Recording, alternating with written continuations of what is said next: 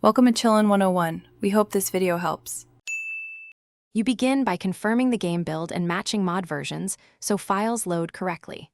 Once done, make a quick backup of BEP in X, plugins, and mods to avoid irreversible changes. Next, open the BEP in X log and keep it visible. This shows precisely what fails and why. Now stop the game and remove newly added mods introduced since the last working state, so you reduce variables and target the real cause quickly. You reinstall core loaders like BEP in X or Melon Loader, matching the exact game build to ensure correct hooks. Then replace any modified DLLs with fresh copies and scan the plugins folder for duplicate or conflicting DLL names. Duplicates often block initialization. Once that is set, disable antivirus or add game folders to exclusions because real-time scanners frequently quarantine mod files. Finally, run the game as administrator once to allow file writes and watch the log for missing dependencies.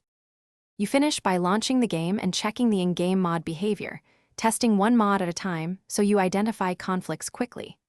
Once done, clear the game cache and delete temporary mod-related folders, then relaunch to force a clean load.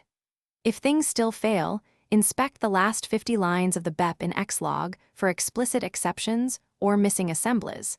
That message tells you the exact file or dependency to replace, which is the key. Thanks for watching. Consider subscribing if we helped you.